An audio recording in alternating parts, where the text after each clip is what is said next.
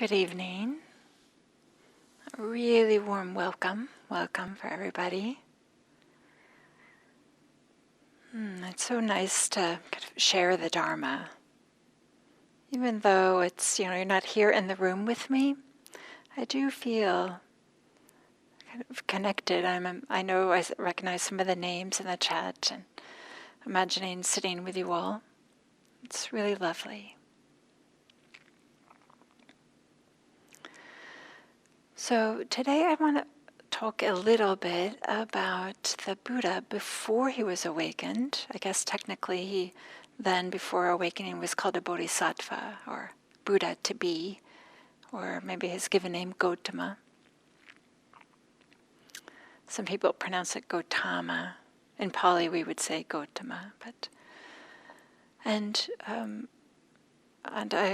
this passage that talks about something that inspired him to practice, that spurred him in his practice.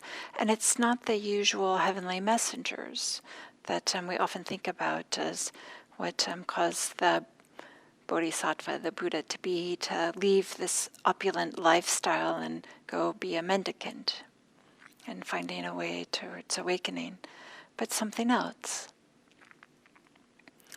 And surprisingly, there was a little bit, fear has a role in this, and kind of spurring him to practice.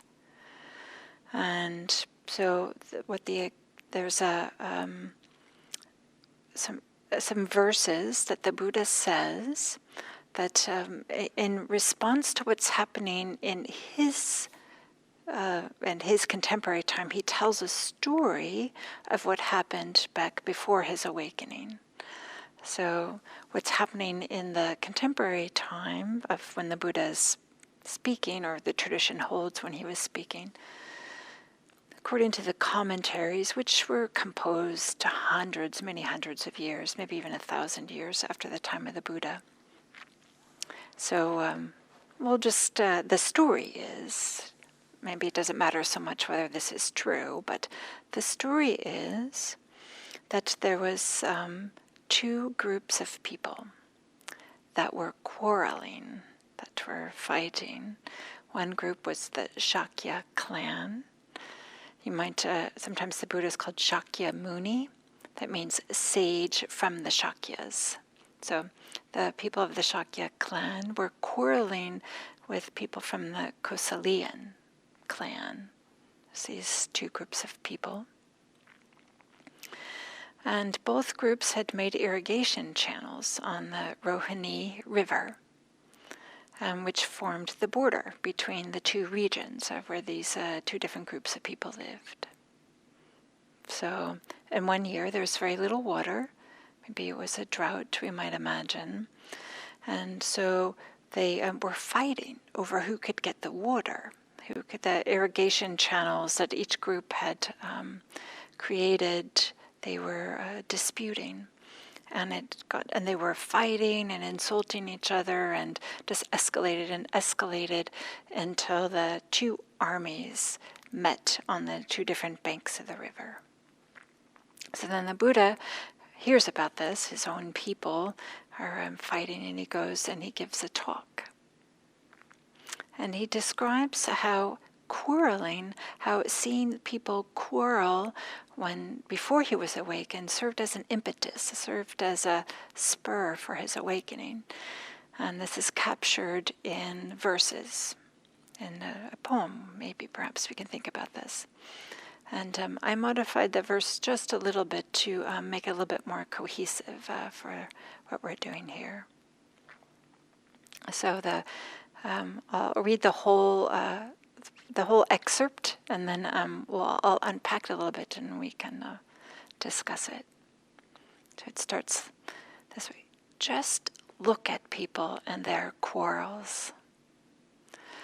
I will speak of my dismay and the way that I was shaken, seeing people thrashing about like fish in little water. Seeing them in conflict with each other, I became afraid. I felt discontent at seeing only conflict to the very end. Then I saw an arrow here, hard to see, embedded in the heart. Pierced by this arrow, people dash about in all directions. When the arrow is pulled out, they don't run and they don't sink. So maybe we'll talk about this a little bit. So, starting at the beginning, I will speak of my dismay and the way that I was shaken. These words, dismay and shaken, are a translation of this word samvega. Some of you might have heard of this, samvega. And Thanissaro Bhikkhu has a really nice translation of this expression of samvega. He describes it as there's 3 different aspects to this. First is this, he uses this language, oppressive sense of dismay and alienation that comes with realizing the futility of life as it's normally lived. This idea of like, okay, there's more and more difficulties. There's just more difficulties coming up every day. There's something or suffering here and everywhere. Again, using suffering as this, there's over a big range of experiences, not only intense suffering, but maybe some, mild suffering. So this oppressive sense of dismay or terror or alienation when you feel like, oh, there's difficulty everywhere, or maybe it might arise when seeing like, oh, everything's changing. There isn't a solid place to land on that's consistent and steady where we can finally rest. So that's one aspect of samvega. Another aspect is Thanissaro Bhikkhu says, a chastening sense of our own complicity, complacency, and foolishness, and having let ourselves live so blindly. Right? When you realize, like, oh, I was not really paying attention. I was kind of thinking that if I could just have that one more thing, it was going to make me happy, or achieve yet one more goal that was going to make me happy. And these would be lasting sources of happiness, or as soon as I have that perfect relationship, or whatever it might be. And then when we have this sense of like, this hasn't been working and it's not going to work. And this sense of foolishness of thinking, I was so committed to getting these things and yet they aren't sources of lasting happiness. So that's the second element of samvega.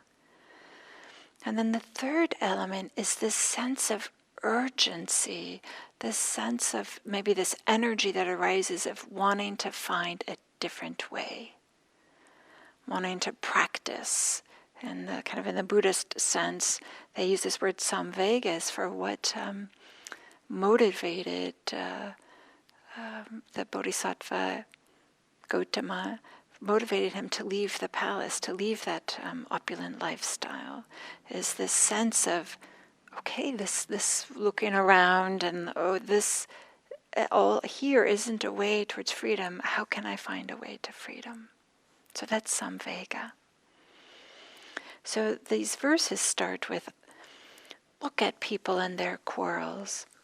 I will speak of my dismay and the way that I was shaken. Seeing people thrashing about like fish in little water.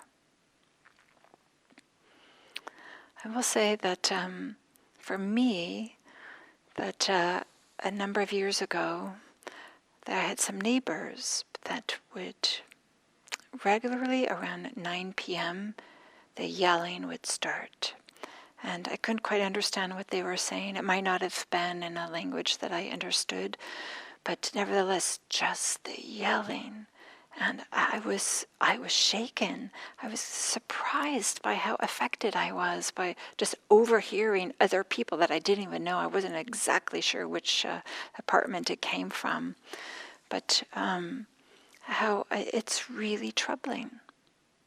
And I can see how I was shaken, but also I was so moved by clearly they were under a lot of distress too.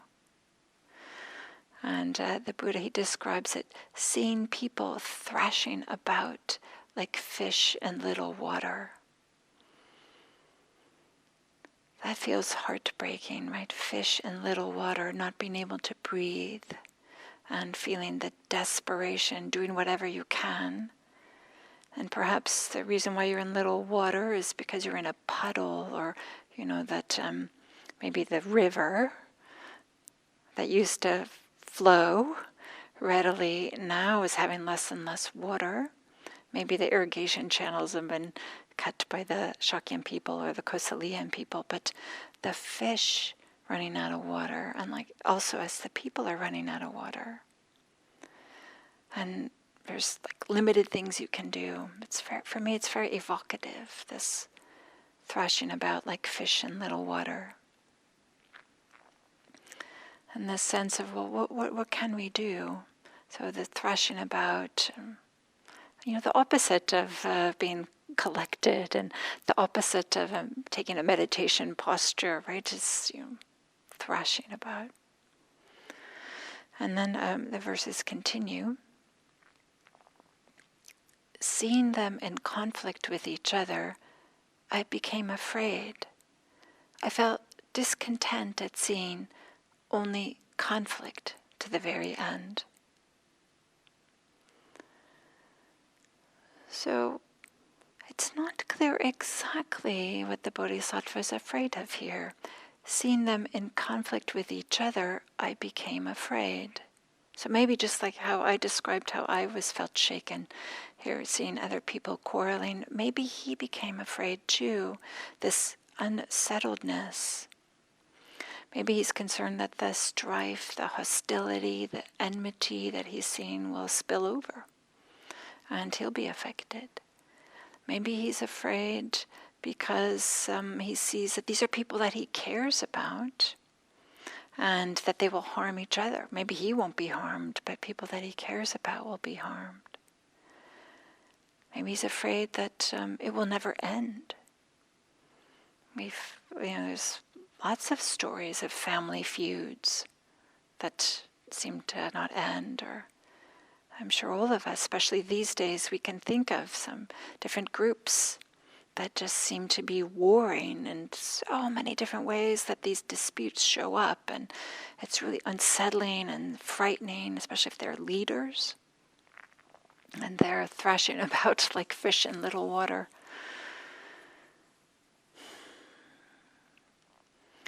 So it's interesting to see, though, or to imagine that the Bodhisattva here, he's saying that seeing them in conflict with each other, I became afraid.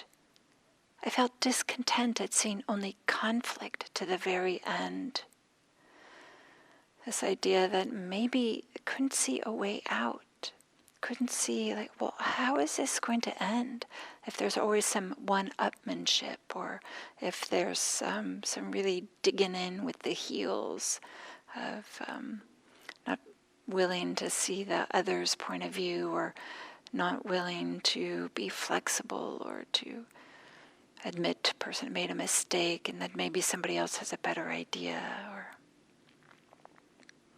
feeling like there's no way out. So then the verses continue. And he says, the Buddha says, describing himself before he was awakened, then I saw an arrow here, hard to see, embedded in the heart. Pierced by this arrow, people dash about in all directions. So it's interesting. First, he talks about what's embedded, seeing here what's embedded in the heart. Some of you might know that the word chitta can be both for mind or heart, and that's not the word that's being used here. It's actually a word that only means heart. So this arrow in the heart, right, it feels heartbreaking to even think about this, but he talks about he's turning he's talking about seeing the conflict in them, and then he sees this arrow here in himself. So turning it around and looking at himself, this arrow hard to see, embedded in the heart. So he switched from looking at the problems out there and looking and blaming and maybe imagining what's happening or what's going to happen as a consequence of the conflict out there, and turned it around and looked at, okay, what's happening here? What's happening in my own experience? So going from blaming others to taking some responsibility, or checking in to see if there is some responsibility that he might have with that. And this idea that the arrow is hard to see, especially if you're looking out there and blaming others, or maybe if there is some fear, maybe there isn't the collectedness in order to see inside oneself or to inquire within. But the heart, this is where we would feel this samvega. This is where we would feel this spurring on to practice, this sense of urgency and of wanting to practice. Feeling maybe the sense of foolishness and of being complicit and thinking that other things are going to be a source of lasting happiness. So he says that, then I saw an arrow here, hard to see, embedded in the heart. Pierced by this arrow, people dash about in all directions. So again, then speaking about all people, recognizing that what he saw in himself is part of just the human experience, and that all of us have this experience that when we're pierced by this arrow, we dash about in all directions. So this arrow represents the piercing sting of things that lead to us to thrash about or dash about. The commentaries give a whole long list. Some we could think about as greed, hatred, and delusion, these unwholesome roots of our behavior. Also is this conceit, kind of like a Buddhist conceit, which is not only thinking that you're superior to others, but thinking that you're inferior to others, as well as thinking that you're the same to others. So a conceit in the Buddhist understanding of it is having a strong sense of self, I'm over here, a strong sense of you are over there, and then to compare. And to be really overly concerned with that comparison. Am I doing better? Am I doing worse? Do I have more? Do I have less? Oh, or we're just the same. But to be always making those comparisons. That's how we understand the word conceit here. So this excess of self-concern, and including some pride or vanity or sense of self-importance that we might have.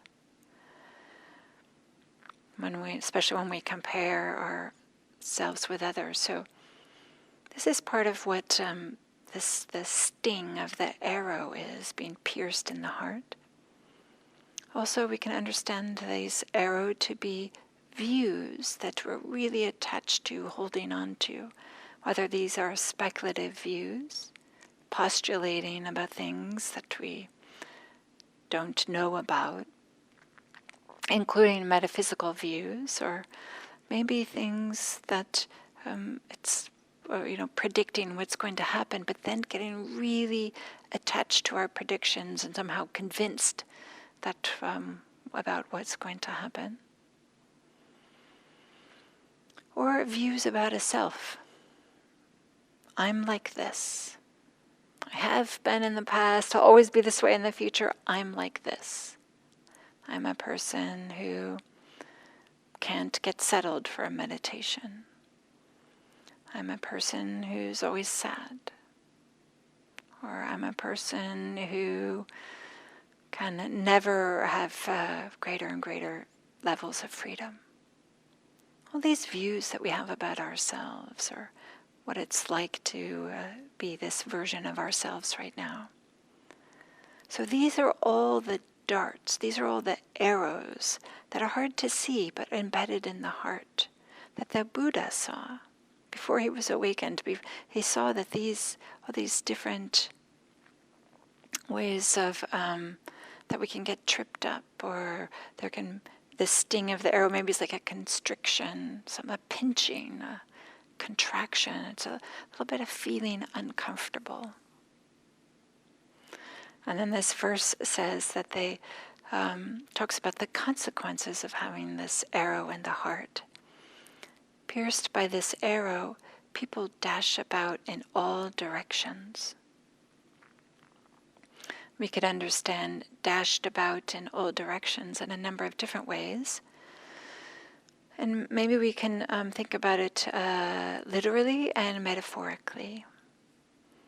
So, right, if we have greed, hatred, and delusion, or we have speculative views or sense of conceit, these are things that kind of can create the conditions in which people will behave unethically.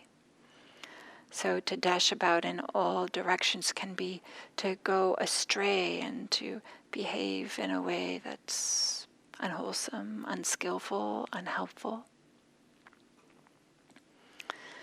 For example, we could say the commentaries have this example, that when they are struck by the arrow of greed, they kill living beings, take what is not given, break into houses, plunders, commits banditry, ambushes highways, commits adultery, and speaks falsely. This is a pretty scary list. But having this greed, this sense of, I have to have more. Probably we're not doing these things, but what are some of the ways in which this greed might show up and undermine our best behavior and influence us to do things that aren't skillful, aren't helpful? And the commentary continues saying that also that struck by the arrow of greed, people may go on big journeys trying to find wealth, and to enduring these terrible hardships to either maybe find different jobs, or maybe to commit banditry or on the highways, but like to literally move about in all directions. And then the commentary says, and then if one does not obtain wealth, then they experience pain and dejection, right? The difficulties if you're out, if you have a lot of greed and feeling like you have to have more and more, and you're unable to get more and more, feeling the piercing of that arrow. And then, but if you are able to get more and more, but yet you have a lot of greed, then there's this discomfort of always having to guard and protect whatever it is you've accumulated. I know I've certainly had that experience of feeling like I really desperately wanted something. And then I remember this back, I guess I was in my late 20s, that, just starting my working career or having some income, and then buying something that was a little bit out of my price range that I, really stretched myself in order to purchase. Wow, I'll never forget this, just how I just became a little bit obsessed with protecting this object because it was so, I couldn't really afford it, and it ended up being, it was a good lesson for me to how it took so much psychic energy as well as so much literal energy to be protecting something that I felt was, I couldn't quote it. I just had so much greed associated with it in some particular way. Maybe there's something, you have a story like this too. But also there could be struck by the arrow of views. We might think that well, maybe like the Bodhisattva before he was awakened, the story is that he did a lot of self-mortification practices, starvation, or there's a number of different practices that he did. So seeing this arrow stuck in the heart, this arrow is these things that are pinching or piercing and uncomfortable and are the roots of unwholesome behavior. And then the verses continue. When the arrow is pulled out, they don't run and they don't sink. So we can understand they don't run as people aren't dashing about in all directions, literally or figuratively, aren't behaving unethically or doing things that are unhelpful or unwise, and don't sink. We can understand this as they're able to cross over the floods. They're able to get over to the far shore. Some of you might be familiar with the simile of the raft, where the raft is for the purpose of taking one to the further shore, and the Dharma is considered the raft. So to not sink is to not get stuck in the floods of water. Sometimes the floods are talking about this attachment to sensuality or attachment to views or or ignorance or attachment to more and more becoming. So when the arrow is pulled out, they don't run and they don't sink. So I feel motivated by these verses, just the Buddha recognizing that he had fear. He was spurred by seeing conflict, and he had some samvega, this sense of urgency for practice, and that he turned around and saw that there were arrows in his heart, and saw that when there's arrows in anybody's heart, they dash about in all directions, but when the arrow is pulled out, they don't run and they don't sink. Then maybe I should say there's a number of different, there's further verses in this poem, and it's about trainings, about how to pull out the arrow, or what it is like when the arrow is pulled out. So maybe I'll just close with one more time with this verse. Just look at people and their quarrels. I will speak of my dismay in the way that I was shaken, seeing people thrashing about like fish in little water. Seeing them in conflict with each other, I became afraid. I felt discontent at seeing only conflict to the very end. Then I saw an arrow here, hard to see, embedded in the heart. Pierced by this arrow, people dash about in all directions. When the arrow is pulled out, they don't run and they don't sink. So may you, when you find yourself seeing others in conflict, may that be support you in your practice.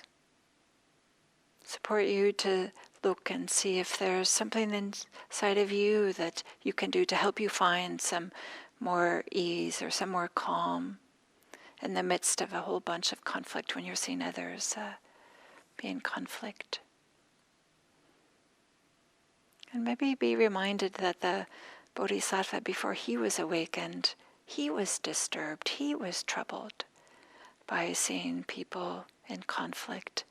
And he used this to help support his practice, which then helped him support other people.